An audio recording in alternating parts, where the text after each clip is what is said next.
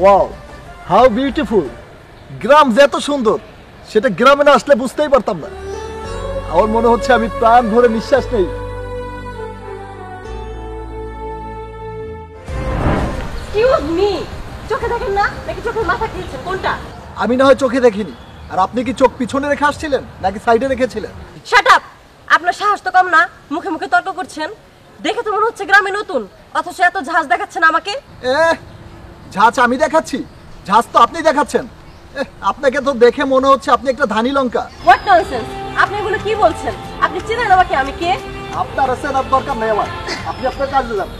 যত সব। হোয়াট? আমি এই গ্রামের বিউটি কুইন। গ্রামের প্রত্যেকটা ছেলে আমার জন্য পাগল, আর ও নাকি আমাকে পাত্তা না দিয়ে চলে গেল। তোমাকে আমি দেখে নেব। আমি এ দুনিয়ার কিছু চাই না, শুধু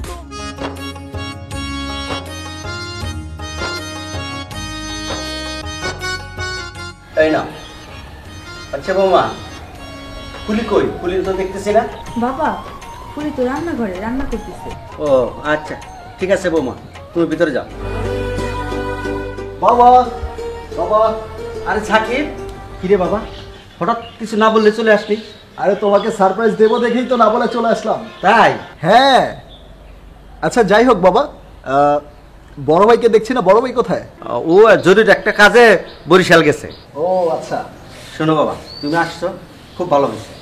তোমার লেখাপড়া শেষ, আমারও বয়স হয়ে গেছে। আমার সব দায় দায়িত্ব তুমি এখন বুঝে নাও। আমার একটু অবসর দাও।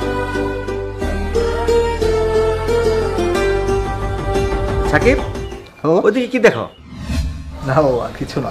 শোনো, লেখাপড়া তো শেষ করলে, হ্যাঁ, এখন একটা ভালো পাত্রী দেখে তোমার বিয়ের ব্যবস্থা করি, কি বলো?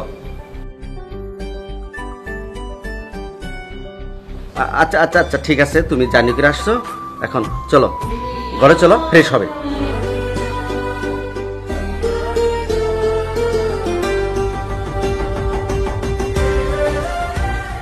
সে যে কেন এলো না, কিছু ভালো লাগে না, এবার আসুক তারে আমি মজা দেখাবো, এবার আসুক তারে আমি মজা দেখাবো।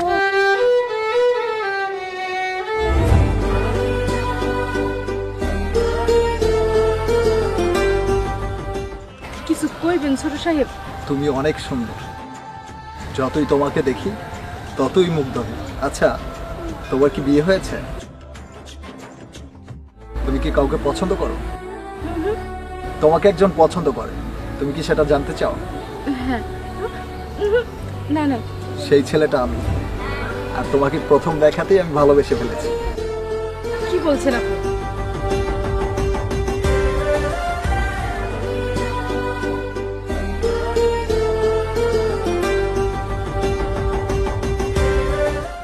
দোস্ত, যে জন্য তোমার টাকা, তুমি তো জানো আমার ছোট ছেলে সাকিব লেখাপড়া শেষ, ওরে দেখে শুনে ভালো একটা পাত্রী দেখে বিয়ে দিতে চাই।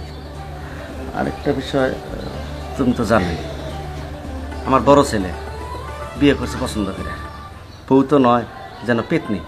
তো এবার আর আমি ভুল করতে চাই না, এবার দেখে শুনে নিজের পছন্দ মতো সুন্দর একটা পাত্রী আমার এই ছেলের জন্য আমি চাই।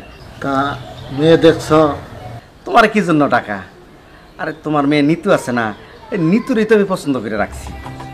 দোস্ত, তোমার কি কোনো সমস্যা আছে? না মানে, আরে দোস্ত, মানে মানে করো কেন? শোনো, আমরা দুজন দোস্ত, এখন সাকিব আর নিতু যদি বিয়েটা দিতে পারি তাহলে পাকা পোক্ত আমরা হয়ে গেলাম বিয়াই, সম্পর্কটা আরো গাঢ় হয়ে গেল। ঠিক আছে না বিষয়টা? হ্যাঁ তুমি ঠিক কথাই কইছো। আমি তো এইটাই তোমার বোঝাবার চাইতে আছি।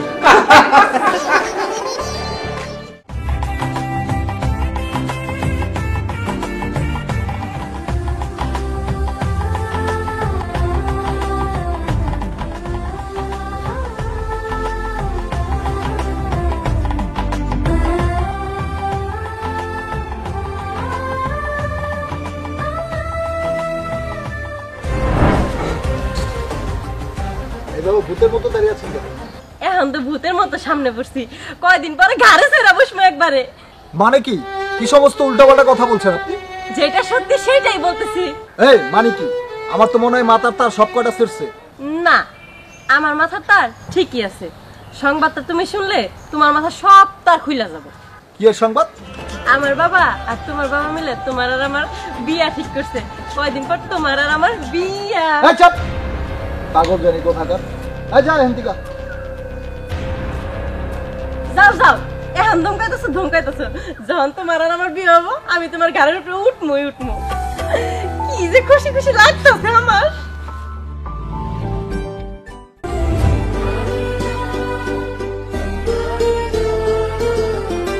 আমারে যাইতে দেন, কেউ দেখা ফেললে সর্বনাশ হয়ে যাইব। কিসের সর্বনাশ? আমি তো তোমাকে ভালোবাসি। না, একটা কাজের মেয়ের সাথে মনিবের কোনোদিনও প্রেম ভালোবাসা হইতে পারে না। ভালোবাসা কখনো কাজের লোক আর ধনী দেখে হয় না। ভালোবাসতে একটা মন লাগে। আর আমি তোমাকে অনেক ভালোবাসি। বরং আমি তোমাকে বিয়ে করব। আপনার মাথা ঠিক নেই। আমার মাথা ঠিকই আছে।